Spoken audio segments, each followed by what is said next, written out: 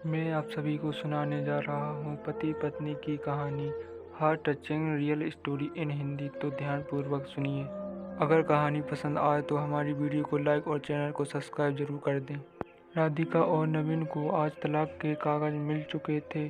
दोनों ही साथ निकले और दोनों के परिजन साथ थे। उनके चेहरों पर विजय और सुकून साफ झलक रहे थे। 4 साल की लंबी लड़ाई के बाद आज फैसला हो गया था।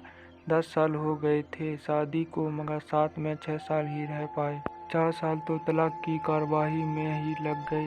राधिका के हाथ में दहेज के सामान की लिस्ट थी जो उसे नवीन के घर से लेना था, और नवीन के हाथ में गहनों की लिस्ट थी जो राधिका से लेने थे। साथ में कोर्ट का यह आदेश भी था कि नवीन 10 लाख रुपए की राशि राधिका को चुकाएगा। राधिका और नवीन दोनों एक ही टेम्पो पर बैठकर नवीन के घर पहुंचे। राधिका को उनके कुछ चीजें नवीन के घर से लेनी थी, इसलिए 4 साल बाद ससुराल जा रही है। आखिर बार बस उसके बाद कभी नहीं आना था।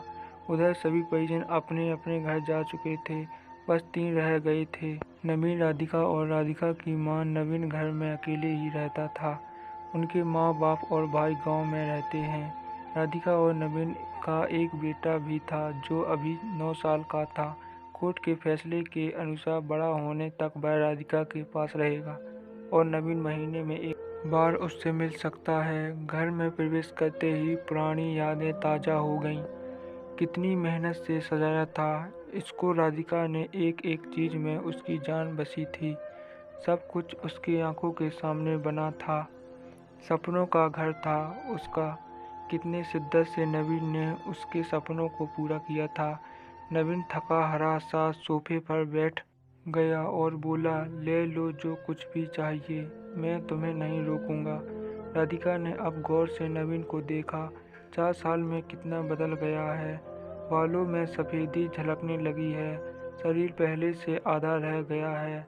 4 साल में चेहरे की रौनक गायब हो चुकी थी। वह एक कमरे में गया जहां उसके दहेज का अधिकतर सामान पड़ा हुआ था। सामान बहुत पुराना था, इसलिए कबाड़ की तरह स्टोर रूम में डाल दिया था। दोनों ने लव मैरिज करके शादी करी थी। दोनों के घर वाले बहुत मुश्किल से माने थे। एक बार नवीन पीकर बहक गया था और राधिका पर हाथ उठा बैठा था।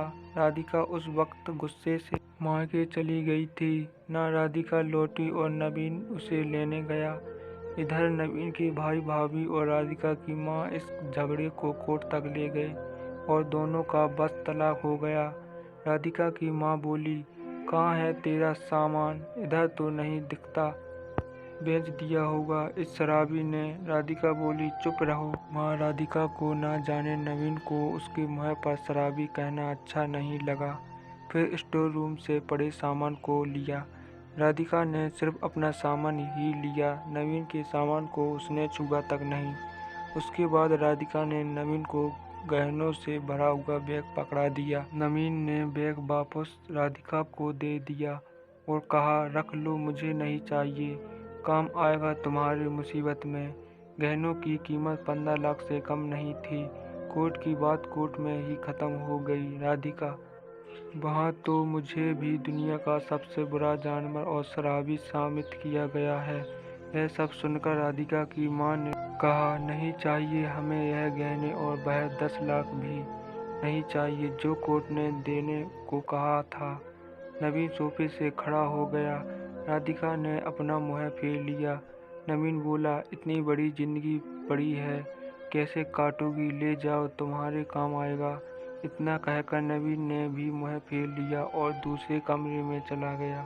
राधिका भी नवीन के पीछे उसके कमरे में चली गई। वह रो रहा था, अजीब सा मुँह बनाकर। राधिका ने पहले उसे कभी रोते हुए नहीं देखा था।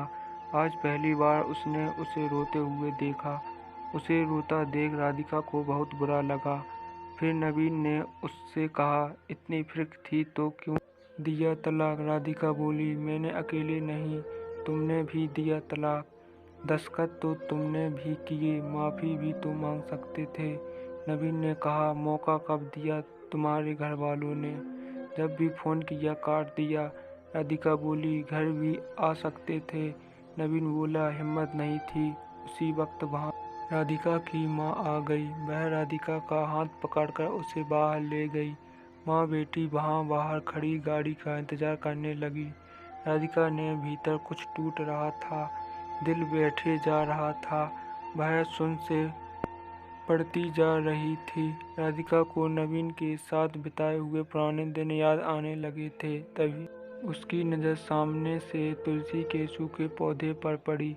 कितनी शिद्दत से देखभाल किया करती थी। वह नहीं थी तो शायद तुलसी के पौधे पर पानी भी नहीं पड़ा। उसकी घबराहट और बढ़ी और वह घर के भीतर चली गई। उसकी माँ ने उसे पीछे से पुकारा मगर उसने उसे अनसुना कर दिया।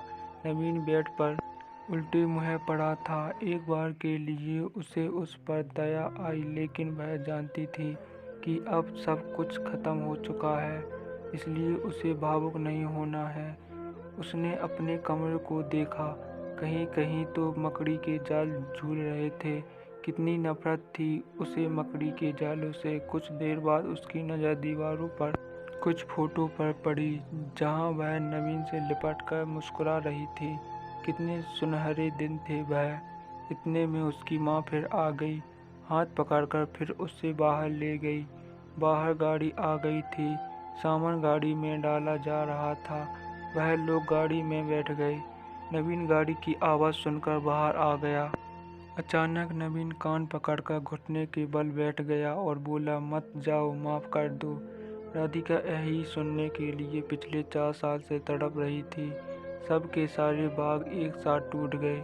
राधिका ने कोर्ट के फैसले के कागज निकाले और फाड़ दिया और उसकी माँ के कुछ कहने से पहले ही लिपट गई। नवीन से साथ में दोनों बुरी तरह रोते जा रहे थे। दूर खड़ी राधिका की माँ समझ गई कि कोर्ट का आदेश दिलों के सामने ज़्यादा कुछ नहीं। अगर माफ़ी मांगने से ही रिश्ते टूटने से बच गए तो माफ़ी मांग लेना चाहिए। तो यह थी एक पति पत्नी की हार्ट टचिंग स्टोरी। मुझे उम्मीद है आपको यह कहानी पति पत्नी की कहानी heart touching real inspiration story in Hindi ज़रूर पसंद आई होगी। अगर पसंद आए तो शेयर ज़रूर करिए और हमारी वीडियो को लाइक और चैनल को सब्सक्राइब ज़रूर करें। धन्यवाद।